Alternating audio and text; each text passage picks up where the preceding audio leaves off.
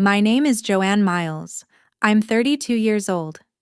3 weeks ago, my parents stood up at their 40th wedding anniversary dinner and made an announcement in front of 30 guests. Next week, we're taking the whole family to Hawaii for another celebration. Everyone clapped. My younger sister Claire squealed with excitement beside her husband Evan, already talking about beaches and sunshine. I smiled too, picturing palm trees and ocean air. It would have been my first real vacation in years. Then I made the mistake of asking a simple question. What time is our flight? My father looked at me like I had suddenly spoken a foreign language. My mother's smile tightened just slightly. And right there in front of every guest in that room, my father said calmly, "You don't need to know the flight time, Joanne." I frowned. Why not? He cleared his throat. Because you're not coming. The room went quiet. Everyone was staring at me while my mother added as if it were the most reasonable thing in the world. Someone has to stay behind and take care of the children. 30 pairs of eyes. 30 witnesses to the moment my own family made it clear that I wasn't really part of the family trip. But there was something they didn't know. A secret I had been building for 3 years. And that night I decided it was finally time to use it. Before continuing, please take a moment to like and subscribe to the channel, but only if you genuinely enjoy it. And please let me know where you're listening from and what time it is where you are. I will read all the comments. Now let me tell you from the beginning. Now, to understand why that moment hurt the way it did, you need to understand my family. The Miles family lives in a large white colonial house in the suburbs outside Hartford, Connecticut. 4 bedrooms, 2-car garage. A front lawn trimmed so neatly it could have been photographed for a real estate magazine. The kind of house that silently announces to anyone driving past, "We've made it." My father, Richard Miles, retired 3 years ago from his job as a branch manager at a regional bank. For most of my childhood, he left the house in a pressed suit every morning and came home at 6 sharp every evening. Order, routine, reputation, those were the things that mattered to him. My mother, Elaine Miles, has never had a paid job. But if you asked her, she would tell you she's busier than any executive. She runs the church charity committee, organizes neighborhood fundraisers, and spends a remarkable amount of energy maintaining what she calls our family's image. According to her, everything from the way the lawn is cut to what car sits in the driveway reflects on all of us. Then there's my younger sister Claire. Claire is 3 years younger than me and has always been the star of the family. The charming one, the beautiful one, the one people noticed when she walked into a room. She married Evan Carter, a corporate lawyer whose firm's name Claire mentions in almost every conversation. They have 2 children, Lucas, who's 5, and Maya, who's 3, and a brand new black Lexus SUV that always gets the best parking spot in my parents' driveway. My car is a 10-year-old Honda Civic. Whenever I visit, it ends up parked on the street. "Joanne, could you move your car?" my mother will say casually. Evan's bringing the Lexus and people notice the driveway first. I never argued. I just moved the car. That's the strange thing about growing up as the invisible one in a family. Eventually, you stop noticing the small ways people have already decided you matter less. The better seat at the table, the nicer introduction to guests. The way my mother proudly introduces Claire by mentioning her husband's career. "This is my daughter Claire and her husband Evan. He's a partner at Walker & Green." Then she gestures toward me. "And this is Joanne. She helps out." Helps out. That's the phrase that follows me everywhere in my family.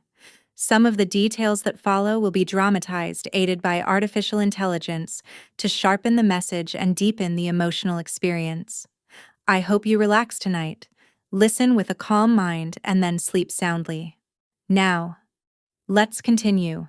I work as a part-time accountant, mostly with small remote clients.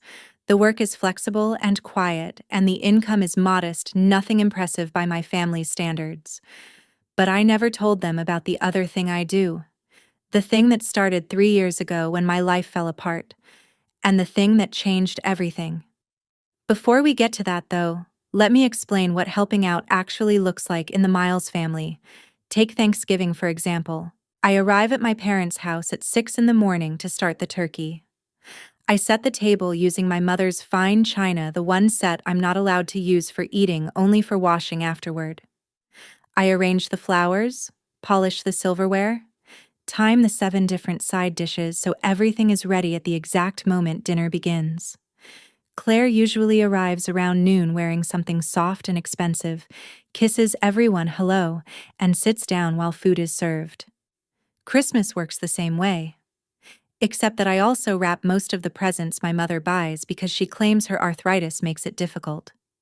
Funny how that arthritis never stops her from playing bridge 3 afternoons a week. Birthday parties for my niece and nephew. I'm the entertainment coordinator, the cleanup crew, and the backup babysitter all at once. Last year, I spent 8 hours organizing Lucas's dinosaur-themed birthday party, while Claire went to get a manicure because, according to her, she desperately needed a break. The one time I asked if I could skip a family gathering because I had a deadline for a client, my mother's voice turned cold. Family comes first, Joanne, she said.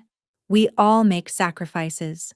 Except somehow I was always the only one making them. The moment that finally made me see the truth didn't happen at a holiday dinner or a birthday party. It happened on an ordinary Tuesday evening.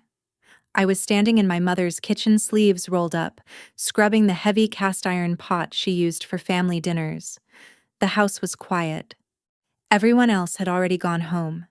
The sink water had gone lukewarm and my hands were wrinkled from soaking.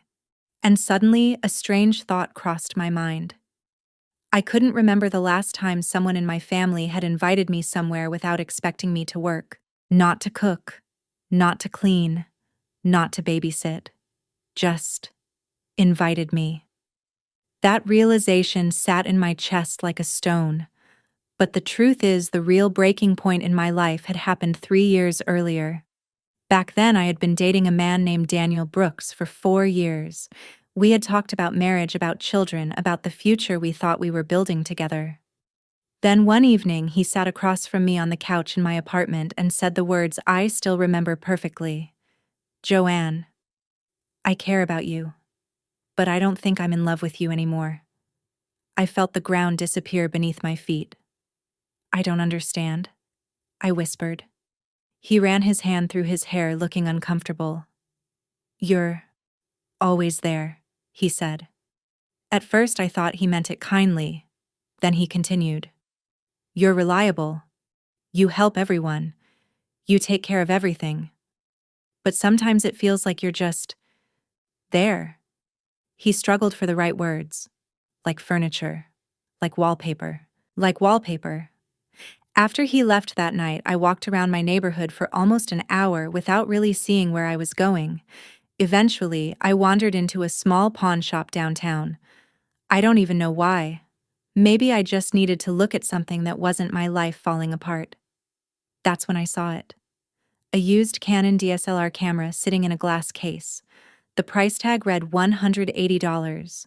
It wasn't new. The body had small scratches and the strap looked worn. But when the shop owner let me hold it, the weight of it felt solid, real. I bought it with money I probably should have saved. And I didn't tell anyone. That camera became my secret. At first, I just walked around the city taking pictures of anything that caught my attention. But after a while, I started noticing a pattern in the images I liked most. They were all photographs of people most others ignored. An elderly woman waiting alone at a bus stop. A janitor leaning against a wall during a night shift break. The hands of a street vendor counting coins under a dim light. People the world passed by every day without seeing. People who looked exactly the way I felt. Invisible. I started calling the project Invisible Women, not publicly. At first, it was just a folder on my computer. Then one night, almost as a joke, I created an anonymous Instagram account. No real name, no face, just the photographs. Slowly, people started finding the images, then more people. 3 years later, that account had over 12,000 followers. Complete strangers leaving comments about how the photos made them feel seen, understood, noticed. I never told my family. I kept the camera wrapped in an old cashmere scarf at the back of my closet like it was something fragile and precious. Because in a strange way, it was. It was the only thing in my life that belonged entirely to me. Then, 3 weeks before my parents' anniversary party, something happened that I almost ignored completely. I received an email. The subject line read, "Coastal Light Gallery Inquiry." At first, I assumed it was spam. But when I opened it, my hands started shaking. The message was from a gallery owner in Monterey, California. He had seen my Instagram account. He wanted to know if I would be interested in discussing my work. I stared at that email for 20 minutes. Then I closed my laptop without replying. Because good things like that didn't happen to people like me. At least that's what I believed at the time. There was only one person in my family who had ever truly seen me, my mother's younger sister, Aunt Margaret. In my family, she was known as the disappointment. She had never married. She followed her passion for ceramics instead of getting what my mother called a real job. 20 years ago, she moved to Carmel by the Sea in California and opened a small cafe with a pottery studio in the back. My mother still says things like Margaret threw her life away playing with clay. But I had been calling Aunt Margaret every Sunday night for the last 7 years. My mother didn't know. She was also the first person I ever showed one of my photographs to. I had sent her a single image one evening, almost embarrassed. Her reply came 10 minutes later. "Joanne, this is extraordinary. You have a gift." I remember staring at that message and crying, because no one had ever used the word extraordinary to describe anything I had done before. And 3 weeks before that anniversary dinner, Aunt Margaret told me something that changed everything. She said quietly, "I hope you don't mind, sweetheart, but I sent your Instagram page to someone I know." I felt my heart skip. "A gallery owner," she continued. "His name is Marcus Hale. He's looking for new artists." My voice nearly disappeared. "Aunt Margaret, that's the gallery that emailed me." There was a pause. Then she said gently, "I know." That night, after my conversation with Aunt Margaret, I finally replied to the email. My fingers hovered over the keyboard for a long time before I started typing. The message I sent was polite, cautious, almost apologetic. I thanked Marcus Hale for reaching out and said I would be open to discussing the possibility of showing my work. I didn't tell anyone, not my parents, not my sister. No one. Because the truth was, part of me still believed it wasn't real, that the gallery would lose interest, that they'd realize they had contacted the wrong person. But a small, quiet hope had begun to grow.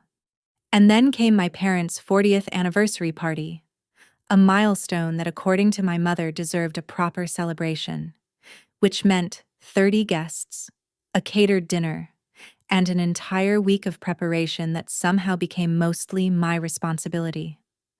The planning started 7 days before the event. I took 3 days off from my accounting clients to help set everything up. My mother said it would be impossible to manage everything otherwise. I ordered flowers, white roses, and peonies exactly the way she wanted them. I wrote 60 place cards by hand using the calligraphy style she insisted would look more elegant. I coordinated with the caterer, double-checked the seating chart, pressed the tablecloths, and polished the crystal glasses my parents had received as wedding gifts 40 years earlier. By the morning of the party, I was exhausted, but the house looked perfect. I arrived at 7 in the morning wearing jeans and a t-shirt because I knew I would spend most of the day running between the kitchen and dining room. For 10 hours, I moved nonstop, setting tables, lighting candles, rearranging chairs, helping the caterers prepare trays of appetizers. By 6 in the evening, the house looked like something from a magazine spread. Soft candlelight reflected off crystal glasses. The long dining table stretched across the living room set for 30 guests with my mother's finest china. I went upstairs to change into a dress just before the guests arrived. It was simple. Black. Nothing fancy. Just something neat enough for a formal dinner. When I stepped into the hallway, my mother immediately stopped me. "Joanne," she said, looking me up and down. Her eyes narrowed slightly. "Is that what you're wearing?" I glanced down at the dress. "It's black," I said carefully. "I thought it would be appropriate." She sighed. "Well, I suppose it's fine." Her voice lowered slightly. "Just remember to stay in the background tonight. This evening is about your father and me." I nodded. Of course. I always nodded. Guests started arriving around 7 o'clock. Men in sports jackets, women in cocktail dresses, neighbors, church friends, and former colleagues of my father's. 30 people who believed they knew the Miles family. None of them really knew me. My sister Claire arrived at 7:15, perfectly timed for maximum attention. She walked through the front door wearing a red designer dress she made sure everyone noticed. Her husband Evan followed behind her in a charcoal suit holding the hands of their 2 children who were dressed like they had stepped out of a clothing catalog. My mother rushed forward immediately.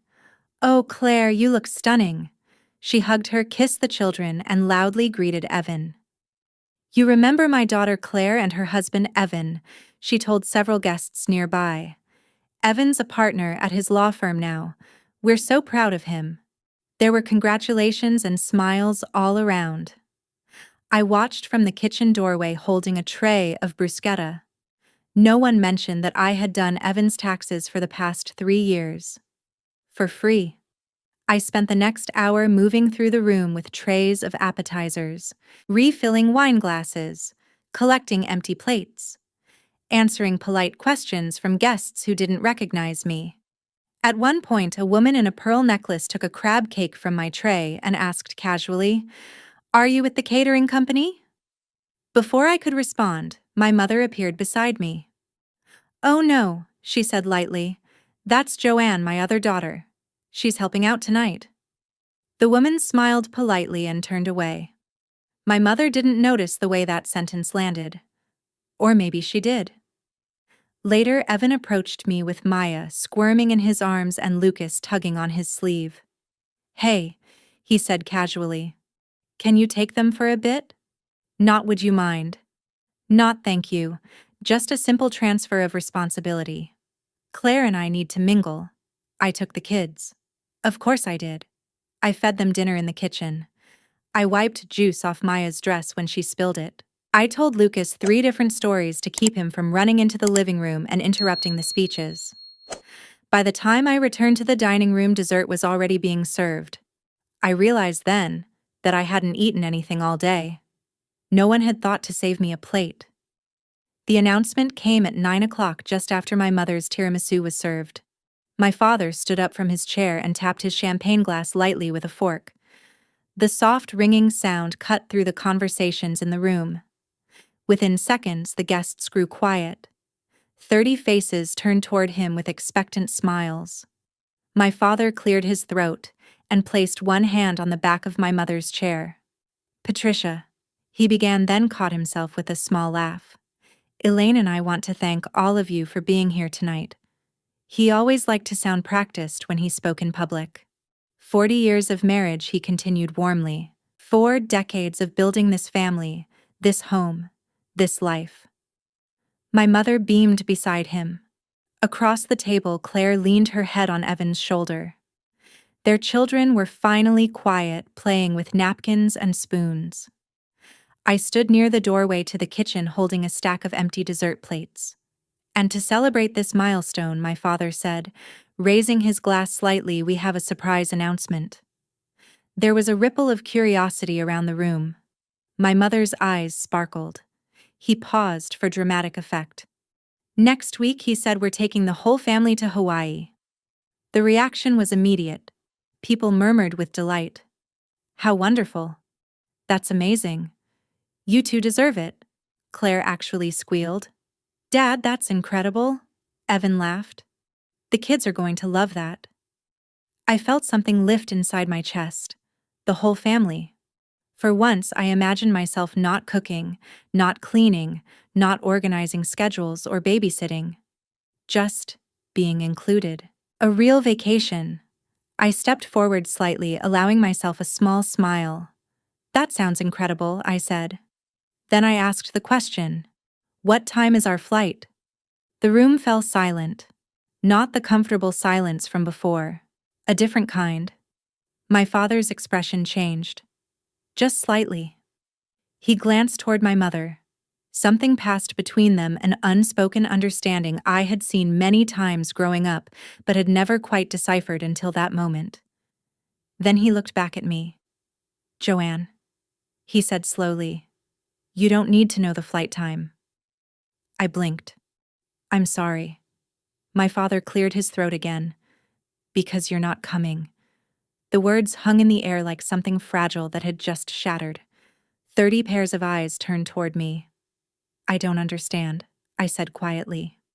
My mother leaned forward slightly as if she were explaining something obvious. Someone needs to stay behind, she said calmly. Her voice carried the same tone she used when discussing grocery lists or household chores. Claire and Evan deserve a real vacation. Claire looked down at the table. Evan shifted uncomfortably in his seat. That means, my mother continued, you'll stay here and watch the children. For a moment I couldn't speak. But I started. My mother cut me off. Honestly, Joanne, she said, her voice sharpening slightly, you don't have anything important planned. A few guests shifted in their chairs. Megan Claire works hard, she continued. She deserves a break. Claire, who hadn't worked since Lucas was born. Claire, who had a nanny 3 days a week. Claire, who regularly told people she was exhausted from motherhood. It's only a week, Evan added casually, not even looking directly at me. The kids love you. I stood there in my simple black dress holding a stack of dirty plates, while 30 people watched me be quietly removed from my own family vacation. Some of the guests looked uncomfortable. Most simply looked away. One woman near the end of the table leaned toward her husband and whispered something. He nodded. I caught part of what she said. Poor thing. She must be used to it by now. The words landed harder than anything else that evening. The champagne glass in my hand started trembling slightly. I set it down carefully on a nearby tray before I dropped it. Then I set the plates down as well. Because suddenly, my hands didn't feel steady. Of course it would be me.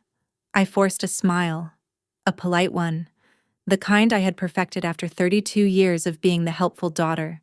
The reliable one. The one who didn't make scenes. Of course, I said. I understand. The lie came easily. I had practiced it my whole life. Inside my chest, though, something shifted. Not shattered. Not yet. But cracked. Like the quiet fault line before an earthquake. I excused myself quietly and walked back into the kitchen. No one tried to stop me. Why would they? The party continued without interruption. Laughter drifted from the dining room. Someone started telling a story about a golf trip. Glasses clinked together in casual toasts. I stood at the sink and stared at the marble countertop for a long moment. Then I closed my eyes.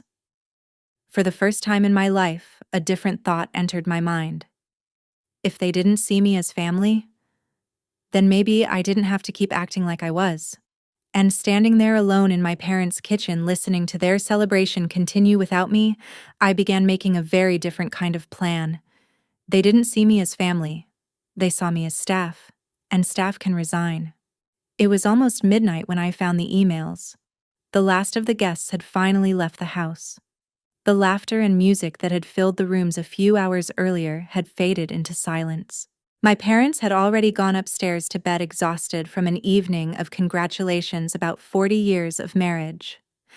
I was alone in the living room folding tablecloths and stacking plates, finishing the quiet work that always seemed to fall to me.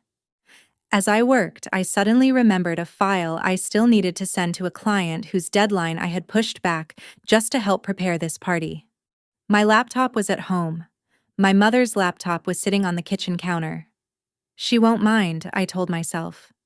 She had borrowed my things countless times without asking. I opened the laptop and saw that Safari was already running. My mother's Gmail account was still logged in. I should have clicked away immediately. I should have respected her privacy and closed the window. But then I noticed something that made my stomach tighten. My name appeared in the subject line of a recent email thread. Hawaii arrangements. Joanne situation. My finger hovered above the trackpad. I knew I shouldn't read it. I knew that whatever I found would probably hurt.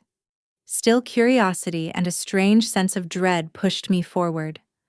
I clicked. The thread was between my mother Elaine Miles and my sister Claire. The first message was from my mother. Keep Joanne here to watch the kids. She doesn't have anything important going on anyway. Evan was right. It's basically like having free help. She should be grateful we give her something to do. Below, it was Claire's reply. Totally agree, Mom. She'll probably feel useful for once. It's kind of sad, honestly, but at least it works out for us. I read those words 3 times just to make sure I wasn't misunderstanding them. Free help. She should be grateful. Kind of sad. The words burned on the screen. My chest felt tight, but my hands moved with calm precision. I took screenshots of the emails. I sent them to my own account. Then I deleted the message from the sent folder and cleared the browser history so no one would know I had seen them. After that, I sat down at the kitchen table in the dark house where I had grown up. For the first time in my life, I allowed myself to fully understand what I really was to them. Not a daughter. Not a sister. Just help. I drove home around 1 in the morning through nearly empty streets. My apartment was small, a 1-bedroom place in an aging building that hadn't been renovated since the early 90s. Beige carpet, plain white walls, secondhand furniture I had slowly collected over the years. My mother had once called it depressing when she visited, but to me it had always been something else. It was the only place where I could breathe. I sat in the dark living room for a long time staring at my phone. One email glowed on the screen. Marcus Hale, the gallery owner from California. We had exchanged a few messages weeks earlier about my photography series.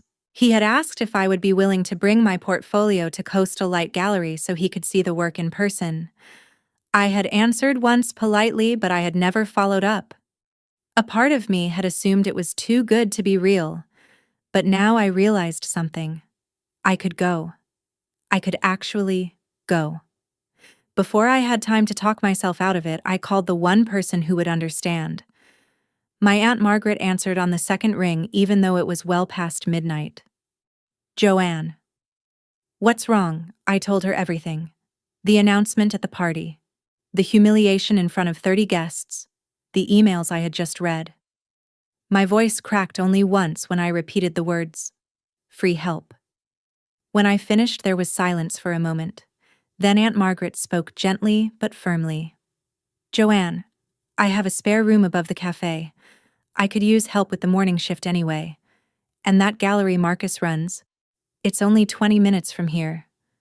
I hesitated. Aunt Margaret, I can't just leave everything behind. Yes, you can, she said. You can choose yourself for once. The only person stopping you is you. We hung up around 2 in the morning. By 6, I had started packing. 3 suitcases stood by the door. My camera equipment, my laptop, and the soft cashmere scarf that had always wrapped my Canon camera were carefully packed inside. I left behind almost everything else, including the glittery apron Claire once gave me that said, "World's Best Aunt." For the first time in 32 years, I was choosing myself. Have you ever had to choose between your family and yourself? If so, please leave a 1 in the comments. That lets me know you're still here listening and helps me realize I'm not alone. 2 days before my family's Hawaii trip, I drove to my parents' house one last time. The late afternoon sun was pouring through the living room windows, lighting up the familiar furniture that had barely changed since I was a child. My mother, Elaine Miles, was standing near the coffee table, carefully coordinating outfits for the vacation, laying out dresses and beachwear as if she were planning a photo shoot rather than a family trip. My sister Claire sat comfortably on the couch, scrolling through luxury resort reviews on her phone. Her husband, Evan Carter, was somewhere upstairs, most likely pacing during another work call. My father, Richard Miles, sat in his armchair reading the newspaper the way he always did, present in body, but absent in attention. I stood in the doorway for a moment, feeling strangely calm. "I need to tell you something," I said. My mother barely glanced up. "If it's about the children's schedule, Claire already sent it to you." "It's not about that," I replied quietly. I took a breath to steady myself. "I'm not watching the kids. I won't be available." That finally got their attention. Claire's head snapped up from her phone. My mother's hands froze above a stack of sundresses. "What do you mean you won't be available?" my mother asked sharply. "I have a work opportunity in California. I'm leaving tomorrow." "California?" My father slowly lowered his newspaper and looked at me for the first time since I walked in. "What kind of work opportunity?" "It's professional. Something I've been working toward for a long time." I didn't offer any more details. I didn't feel like I owed them any explanations anymore. Claire stared at me as if I had just spoken another language. "Joanne, you can't be serious. I'm counting on you. We planned everything around you helping with the kids. You planned around me without ever asking me," I said quietly. "I'm not canceling my life because you assumed I didn't have one." The silence in the room was heavy. Then my mother stood up, her voice turning cold.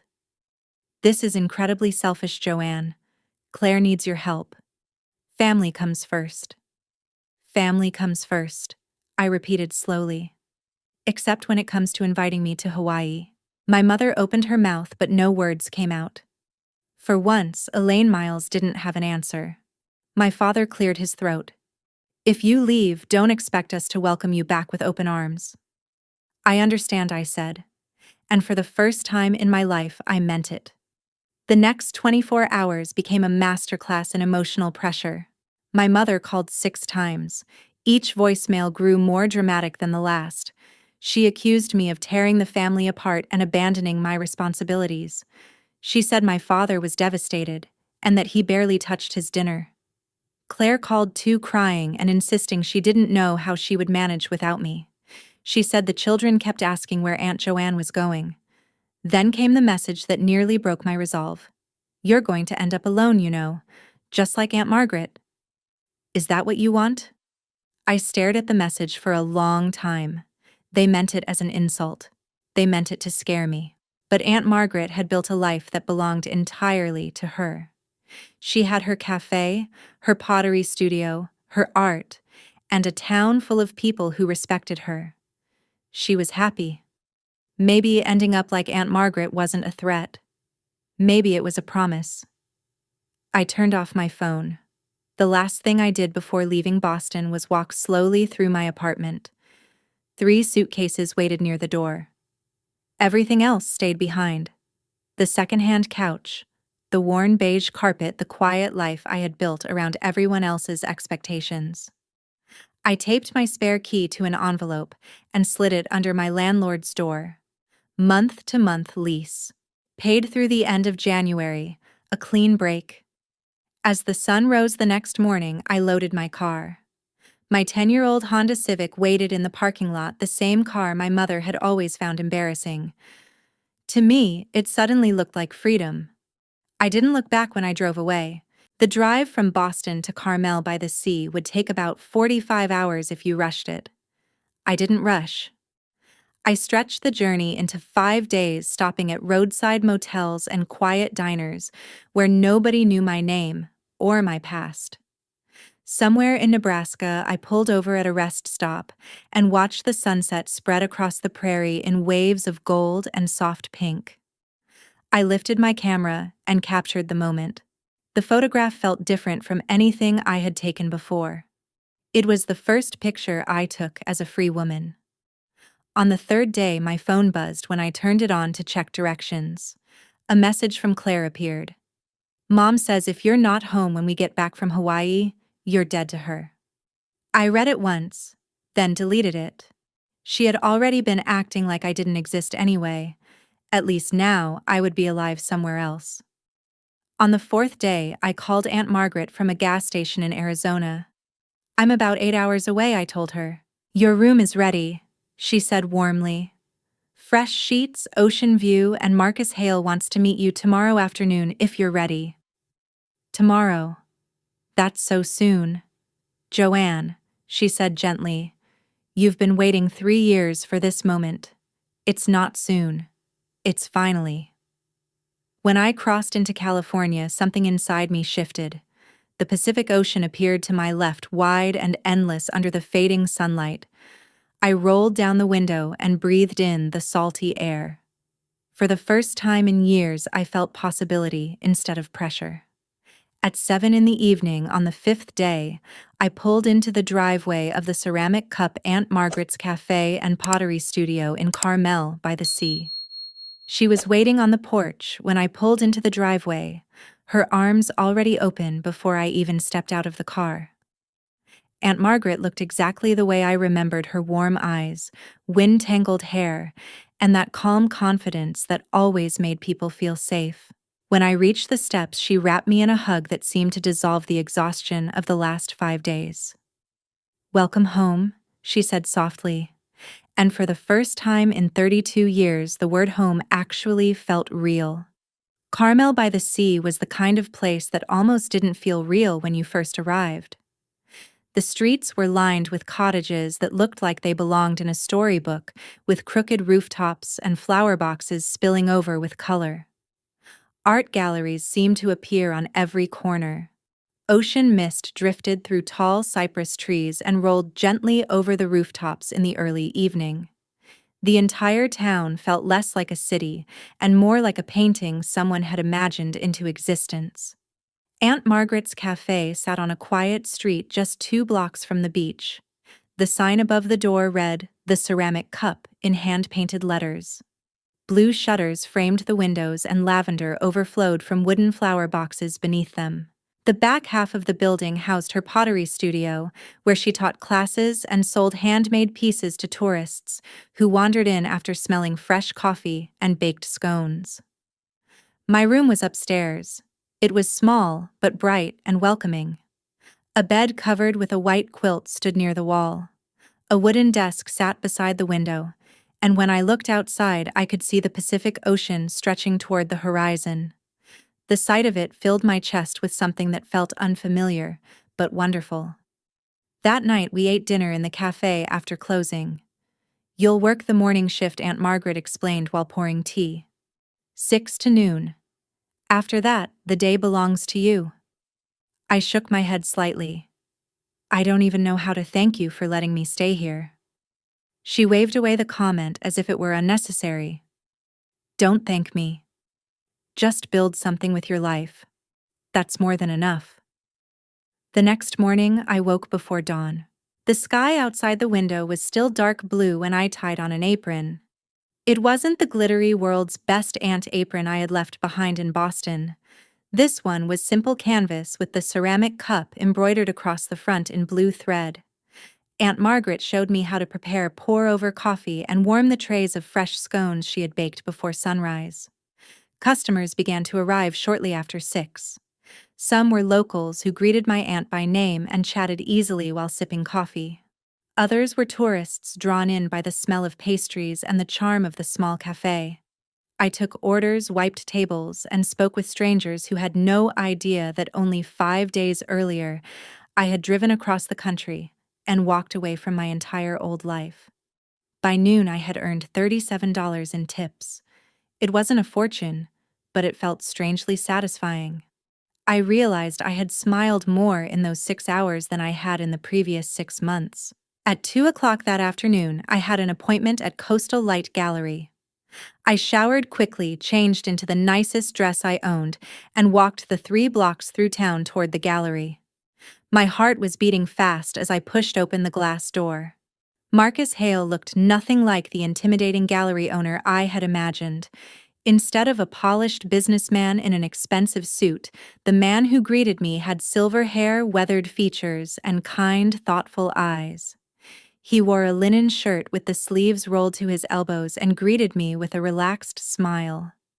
"Joanne Miles," he said, shaking my hand. "Your aunt has told me quite a bit about you. But honestly, your work speaks louder than anything she could say." He led me through the gallery space. White walls reflected soft, natural light that poured in from tall windows. Photographs and paintings hung carefully arranged throughout the room. The atmosphere felt quiet and serious, a place where art truly mattered. "I've spent quite a bit of time looking through your Instagram," Marcus said, as we stopped near a large monitor displaying my portfolio. "Your series, Invisible Women, is extraordinary. There's honesty in those images that most photographers spend decades trying to capture." I wasn't sure how to respond. No one had ever spoken about my work that way before. Marcus pointed to one photograph on the screen. "This one is the image that made me contact you." It was a photo I had taken 2 years earlier. An elderly woman stood alone at a bus stop, her coat wrapped tightly around her shoulders. Her face carried a lifetime of quiet resilience. "There's something in her eyes," Marcus continued. "Patience, perhaps. Maybe resignation. It's powerful." "She had been waiting nearly 40 minutes for the bus," I explained quietly. "No one stopped to ask if she needed help." Marcus nodded slowly. "You really see people, Joanne. Not just their faces, but their stories. That's rare." He paused for a moment before speaking again. "I'd like to offer you a solo exhibition here at Coastal Light Gallery. 15 pieces. Opening in 6 weeks. We'll cover printing, framing, and promotion. You keep 60% of every sale." For a moment, I thought I had misheard him. A week later, I sat at Marcus's desk signing the contract. Sunlight streamed through the gallery windows as I read through the pages carefully. The document outlined everything clearly. 15 photographs, an opening exhibition in late August. The gallery would handle all production costs while I would receive 60% of all sales. Fair terms, Marcus assured me. But what overwhelmed me wasn't the financial agreement. It was seeing my name printed at the top of the contract. Artist Joanne Miles. For years, I had helped my family with taxes, organized their events, and cared for their children without recognition. My name had never appeared anywhere important. Now it was on a legal document that recognized my work as something valuable. Marcus pointed to the exhibition title near the bottom of the page. "We're proposing Invisible Women Portraits of the Overlooked," he said. "What do you think, Invisible Women?" I whispered. "It's perfect." I signed my name at the bottom of the page. Marcus signed beneath it as witness. For the first time in my life, something I had created was finally stepping out of the shadows and into the light. The document was notarized by Marcus Hale's assistant, a young woman named Julia, who stamped the pages carefully with practiced precision. The sound of the official seal pressing into the paper felt strangely significant. When everything was finished, Marcus slid my copy of the contract across the desk toward me. "Congratulations, Joanne," he said with an easy smile. "You're officially a represented artist." For a moment, I simply stared at the paper in my hands. I walked out of the gallery holding the contract close against my chest, like something fragile and precious. It felt like physical proof of something I had struggled to believe for years. Proof that I was not invisible. Proof that I had never been nothing. For 3 years, I had quietly built something in the background of my life. Now it was finally stepping into the light. While I was beginning my new life in California, my family back in Boston was slowly discovering what my absence actually meant. I didn't witness any of it myself. Later, I pieced together the story from a strange mix of voicemails, text messages, and one very uncomfortable phone call from my father. Apparently, the Hawaii trip had not gone as smoothly as everyone expected. Without me, there to watch the children, Claire and Evan couldn't enjoy a single adults-only dinner during the entire vacation. My nephew Lucas threw a loud tantrum on the beach because no one had remembered to pack his special sandcastle bucket, something I always packed without being asked. On the third day, my niece Maya developed a painful ear infection, and nobody could find the pediatrician's phone number because I had always been the one who kept track of medical information. My mother spent most of the vacation complaining that the resort staff wasn't attentive enough. She called the concierge multiple times about minor inconveniences and sent back her drink twice at dinner one evening. "This trip isn't relaxing at all," she reportedly said loudly. "Who planned this vacation?" My father, according to Claire, wisely chose not to remind her that she had planned it herself. The messages started arriving on the fourth day. "Joanne, where are the kids' medication records? Joanne, what's Lucas's bedtime routine? He won't sleep. Joanne, this restaurant doesn't have a kids' menu. What do they usually eat?" I didn't answer any of them. I was too busy printing proofs at a photography lab in Monterey, selecting frames for the exhibition, and meeting with a journalist from Carmel Living magazine who wanted to interview me about my work. Absence has a way of revealing what people have taken for granted. On the sixth day of their Hawaiian vacation, Claire did something she had never done before. Out of frustration or curiosity, she searched my name online. For the first time in her life, she found something other than a blank page. 6 weeks later, I stood in the center of Coastal Light Gallery on the night of my opening exhibition, and I still struggled to believe it was real. 15 of my photographs hung along the white walls, each printed large and framed in simple black. Soft lighting filled the gallery, illuminating each image carefully. A small string quartet played near the back corner of the room. That had been Marcus's idea. A bartender in a crisp white shirt poured champagne while guests slowly moved through the space studying the photographs.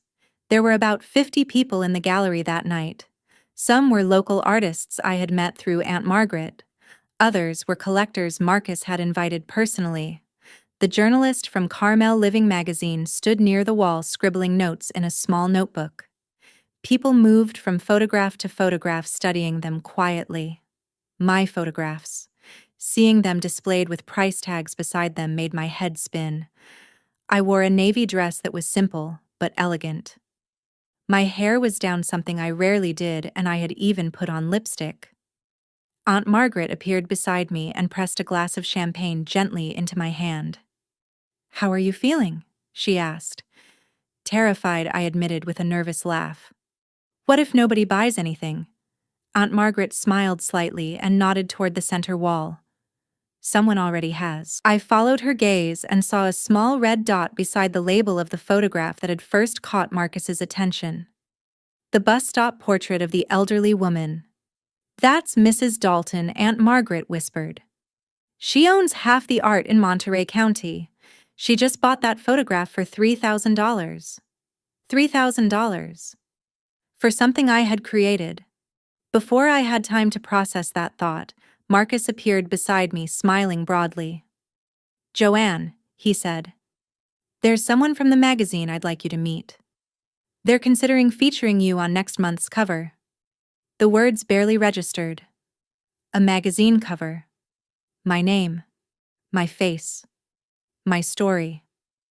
I had just begun speaking with the journalist when the gallery door opened behind us. Something about the sudden shift in the room made me turn around.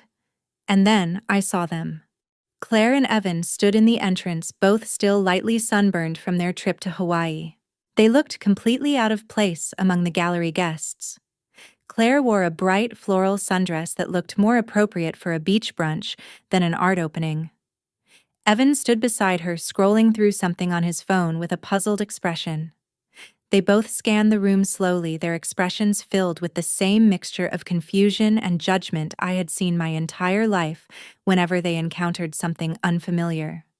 Then Claire's eyes found me. "Joanne," she said loudly. Before I could react, she hurried toward me with her arms outstretched as if we were reuniting after a long and painful separation. "Oh my God, we've been so worried about you." Claire's voice carried across the gallery as she rushed toward me. Nearly 50 guests turned their heads at the same moment. The string quartet faltered for half a beat before quickly recovering and continuing their music. "Claire," I said calmly, forcing my voice to stay steady. "This is unexpected." "We had to come," she said breathlessly. Her eyes were wide and overly earnest. "We flew in yesterday. Mom found your Instagram and she's been calling everyone trying to figure out where you disappeared to." Evan stepped up behind her, giving me a brief nod as if we were meeting at a business conference instead of in the middle of my art exhibition. "Joanne," he said casually, glancing around the room. "Nice place." "It's a gallery?" I replied. "My gallery opening, actually." Claire blinked as if she had just noticed the photographs on the walls. Her eyes moved slowly from one frame to another, then to the guests holding champagne glasses, then to the small price tags beside each piece. "You did all this?" she asked, her voice filled with genuine confusion. "Since about 3 years ago," I said quietly. "You just never asked what I did with my time." Aunt Margaret appeared beside me, then standing close enough that I could feel her quiet support. Across the room, Marcus Hale was watching the situation carefully, clearly ready to step in if things became uncomfortable. Claire leaned closer to me and lowered her voice. "Joanne, I have news," she said quickly. "I'm pregnant again. Number 3. I nodded politely. "And I really need you to come home," she continued. "Evan's work schedule is insane right now. Mom isn't much help with the kids. I honestly don't know how we're going to manage." There it was. Not an apology, not congratulations, just need. Always their need. The words hung between us in the air. "I need you." I had heard that sentence more times than I could count. Every holiday, every family gathering, every birthday party for the children. I had rearranged my entire life to fit into the small invisible space they had created for me. "Claire," I said gently, "I'm in the middle of my opening night." I know," she replied quickly, glancing around again. "And this is nice. Really." She waved a hand vaguely toward the photographs, as if my entire career were a charming hobby.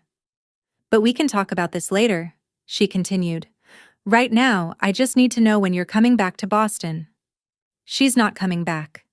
Aunt Margaret's voice cut cleanly through the conversation. "She lives here now." Evan stepped forward immediately, irritation flashing across his face. "With all due respect, Margaret," he said stiffly, "this is family business." "Family business?" Aunt Margaret laughed softly, though there was nothing amused in the sound. "You mean the family that uninvited her from a vacation and referred to her as free help in emails she was never supposed to read." Claire's face turned pale. Around us, the quiet murmur of the gallery faded.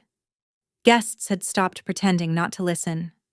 The journalist from Carmel Living magazine had paused near the wall, her pen moving quickly across her notebook. "That's not—" "We didn't mean it like that," Claire stammered. "How exactly did you mean it?" The new voice belonged to a woman standing a few feet away. Mrs. Dalton held a champagne glass in one hand as she studied the scene with open curiosity. "I'm sorry," Evan said tightly. "And who are you?" "I'm someone who just paid $3,000 for that young woman's photograph," she replied, calmly nodding toward the bus stop portrait behind me. "And someone who is very interested in understanding why her family believes she should abandon her career to become a babysitter." The room grew noticeably colder. Claire turned back toward me, desperation creeping into her voice. "Joanne, please," she whispered. "Let's talk somewhere private." For a moment I thought about doing exactly that. For most of my life I would have. I would have stepped aside, lowered my voice, apologized for making anyone uncomfortable. But not tonight. For 32 years I had made myself smaller so everyone else could feel comfortable. Not tonight. I stepped forward into the center of the gallery, my voice calm but clear enough for everyone nearby to hear. Claire, I understand that you're pregnant. Congratulations. I truly mean that. But I will not be coming back to Boston to take care of your children. Joanne, I'm not finished. My voice remained steady. You can hire a nanny, I continued. You can hire two if you want. Evan earns more than enough at Walker and Green, and spending money has never seemed to be a problem for your household. A ripple of quiet laughter moved through the guests. But what you cannot do, I said, is hire me. Because I was never paid. Claire opened her mouth, then closed it again. Around us, the gallery had gone completely silent. This, I continued, gesturing toward the photographs surrounding us, is not a hobby. This is my work. I've been building it quietly for 3 years while everyone in my family assumed I had nothing important to do. I pointed toward the photograph Mrs. Dalton had purchased. That piece sold tonight for $3,000. In total, I've sold 4 photographs so far this evening. $8,000. The numbers seemed to echo in the still room. My work has value, I said calmly. And so do I. I will not give that up to return to being free help. Absolute silence filled the gallery. Evan cleared his throat awkwardly.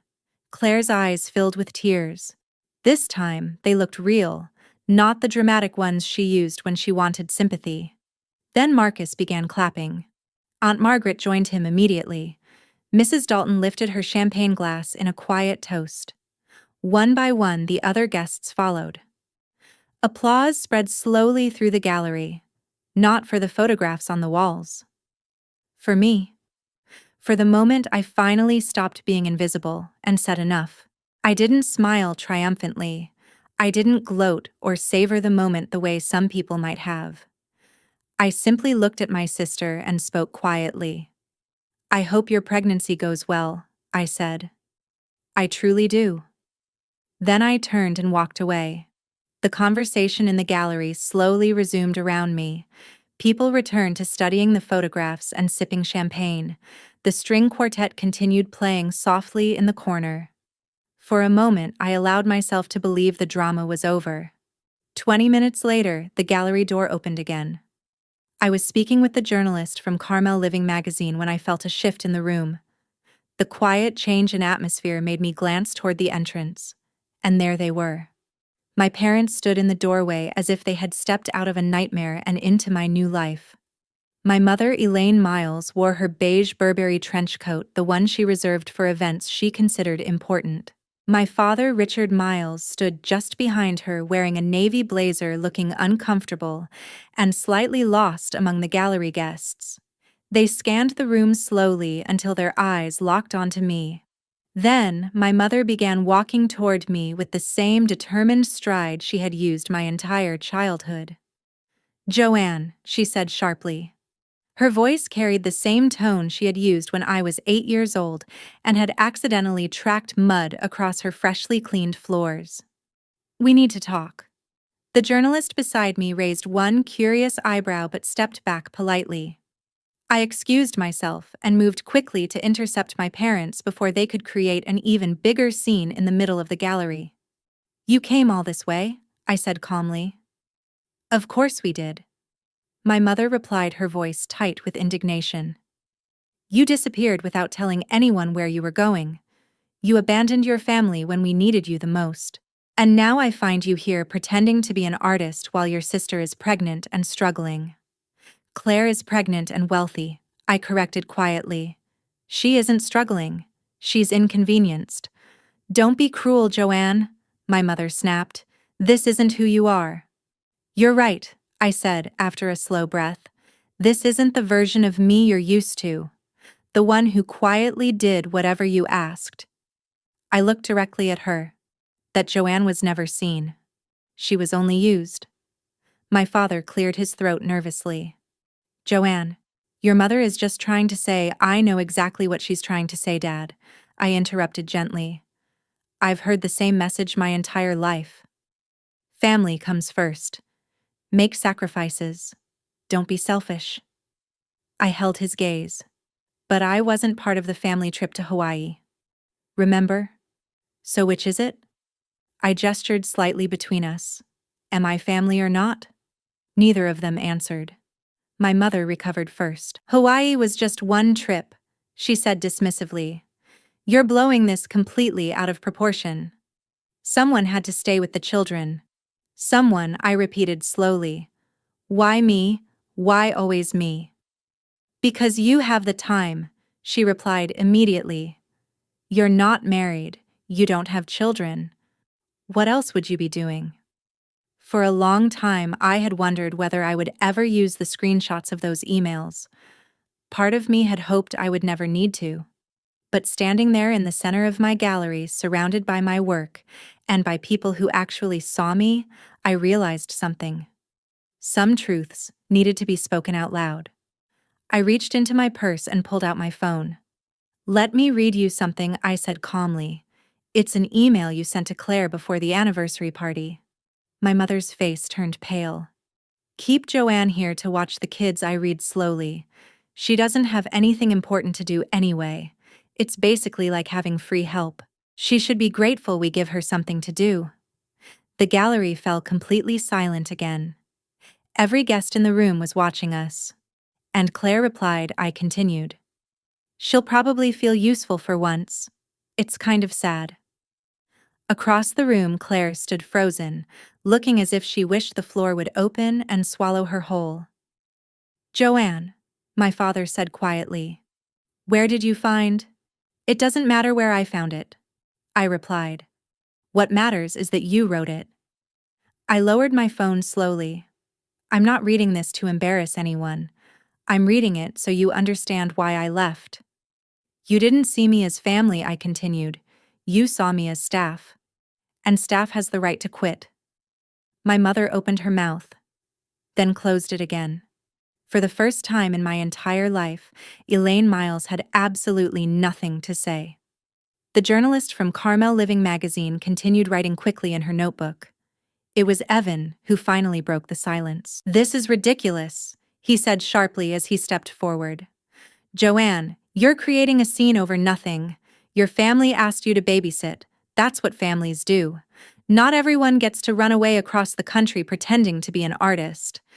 Pretending, the word came from behind him.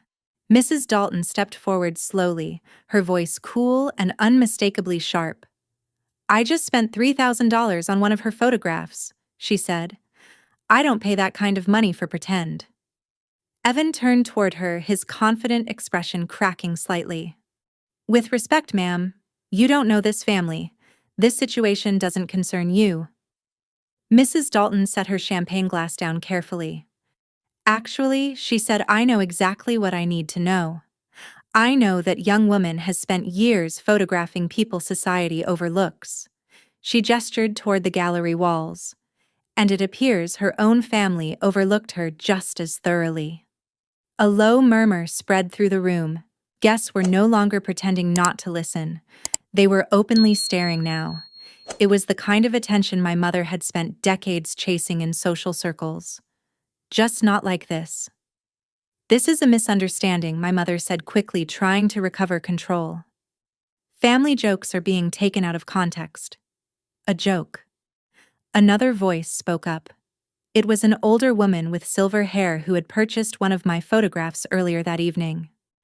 Telling your daughter she has nothing important to do and calling her free help is supposed to be funny. More murmurs followed.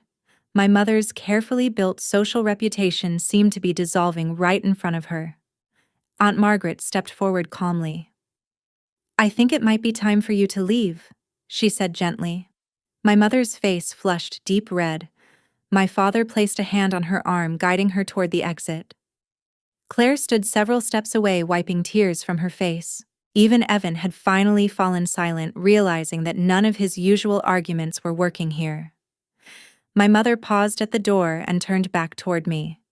You'll regret this, she said, her voice shaking. I met her eyes.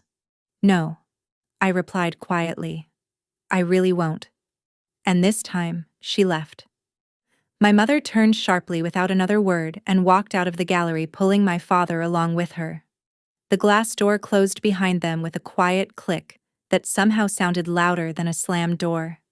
Claire remained standing in the room for a moment longer. Her mascara had begun to smudge, and her arms were wrapped tightly around herself like a child who had just been caught doing something wrong. "Joanne," she said softly, her voice trembling. "I didn't know you felt this way.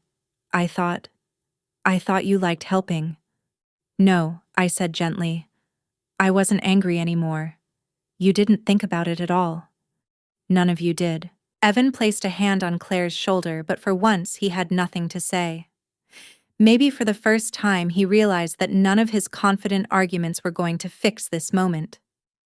"I hope your pregnancy is healthy," I added quietly. "I really do.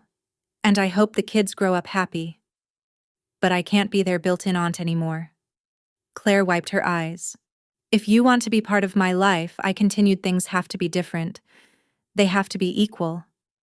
She nodded slowly, tears still sliding down her cheeks. "I understand," she whispered. I wasn't entirely sure she did. But for the first time in my life, it wasn't my responsibility to make sure she did. Claire and Evan left through the same door my parents had used. As soon as it closed behind them, the entire gallery seemed to release a breath it had been holding. Aunt Margaret stepped beside me and wrapped an arm around my shoulders. "You okay?" she asked quietly. "I think so," I said. I let out a small, shaky laugh.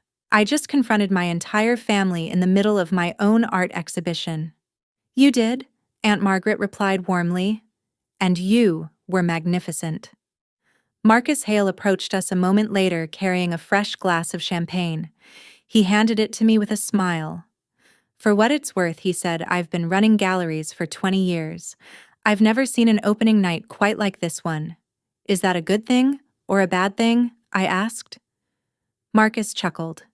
"Let's just say everyone in this room is going to remember your name. And for an artist, that's not the worst outcome." I looked around the gallery again. My photographs hung along the walls under warm lights. Guests were still studying them, discussing them quietly. For the first time in my life, I didn't feel invisible. By the time the gallery closed later that night, 8 of the 15 photographs had sold. The total came to $14,000. 60% of that belonged to me. Marcus handed me a printed summary of the sales as the last guests drifted out the door. $8,400, he said. "Not bad for an opening night." I stared at the number for a long moment. It was more money than I had earned in 3 months of part-time accounting work. "Mrs. Dalton would also like to commission a piece," Marcus added. "She owns a vacation home in Big Sur and wants you to photograph the coastline." "A commission?" I asked. "Private collectors do it all the time," Marcus explained. "She liked the way you see the world." He handed me a business card with her assistant's contact information. "And the magazine interview went very well," he added. "They're considering you for the cover next month." A magazine cover. My name. My face. My story. Later that night, Aunt Margaret helped me carry the remaining unsold photographs back to my small room above the cafe. 7 pieces were still waiting for the right buyers, but that didn't feel discouraging. 7 meant people had already seen value in my work. I placed the check Marcus had given me on the desk beside my window and took a picture of it with my phone. Not to post online, but simply to remember the moment. Payable to Joanne Miles, $8,400. Proof that I had never been nothing. 2 months passed and my new life slowly settled into a rhythm. I woke up at 5 each morning and watched the sunrise over the Pacific through my bedroom window. At 6, I opened the ceramic cup with Aunt Margaret. The mornings were filled with the smell of coffee and fresh pastries, conversations with regular customers, and the quiet comfort of routine. By noon, my shift ended, and the rest of the day belonged to my photography. I rented a small studio 3 blocks away, where I edited images and printed new work. Marcus had already scheduled my next exhibition for spring. The series would be called Boundaries, photographs about edges, about the invisible lines between belonging and independence, about the moment when care becomes expectation and love becomes obligation. It felt like the most honest work I had ever created. The magazine article came out in October. My face appeared on the cover of Carmel Living magazine beside the headline, "The Artist Who Learned to See Herself." The story told the truth about my journey, though the journalist changed a few names to protect certain people. But the heart of it was still there. The invisibility, the breaking point, the choice to leave. After the article was published, my inbox filled with messages. Many came from women who said they had spent years being the responsible one in their families, the helper, the invisible daughter. Some wrote that my story gave them permission to finally think about their own lives. My family reached out eventually too. Claire sent a message a few weeks after her baby was born, a little girl named Charlotte. She included a photograph of the baby wrapped in a pink blanket. I replied with congratulations and a gift card. Nothing more. My mother called once. I didn't answer. Her voicemail asked if I had gotten this phase out of my system yet. I deleted it. My father surprised me, though. One Tuesday evening, I received a short email from him. "Joanne, I saw the magazine article. I'm proud of you." 3 sentences. I kept that message. Now I'm sitting in my studio looking out at the Pacific Ocean again. The Canon camera I bought years ago from that small pawn shop still rests on a shelf. It's scratched and worn, but it still works perfectly. Next to it sits a newer camera I bought with money earned from my photographs. Both of them matter. One taught me how to see the world. The other proved that the world could finally see me back. My second exhibition opens next month. 15 new photographs exploring the edges between family and self, between loyalty and freedom. It might be the best work I've ever done. Aunt Margaret still brings me coffee every morning. Marcus calls once a week with updates about collectors and new opportunities. The regulars at the cafe have even started requesting the little table by the window where I sometimes edit photos in the afternoons. I'm not rich. I'm not famous. But I'm seen. And that is enough. My family and I exist differently now. We exchange occasional holiday messages and updates about the children. The distance between us is quiet but healthy. I haven't returned to Boston yet. Maybe someday I will, but only as a visitor, never again as the help. A few days ago, I was sorting through old photographs and found a self-portrait I took years ago in the mirror of my Boston apartment. The woman in that image looked tired and defeated, like she was waiting for someone else to give her permission to exist. I deleted the photo. That woman doesn't live here anymore. In her place is someone who takes up space, who creates beautiful things, and who finally understands that choosing herself was never selfish. It was freedom. This experience changed the way I understand family loyalty and self-respect. I used to believe that being needed meant being valued, but sometimes the truth is harder. Being useful is not the same as being loved. The moment I stepped away, I finally saw how much of myself I had been giving away just to keep the peace. What surprised me most was this: once I stopped shrinking, space opened up for something better, dignity, creativity, and people who actually saw me.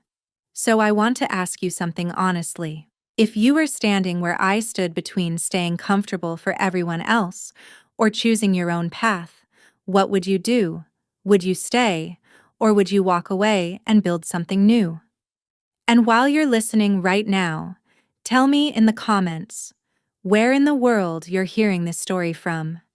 If this story moved you even a little, consider subscribing to the channel, leaving a like, or sharing the video.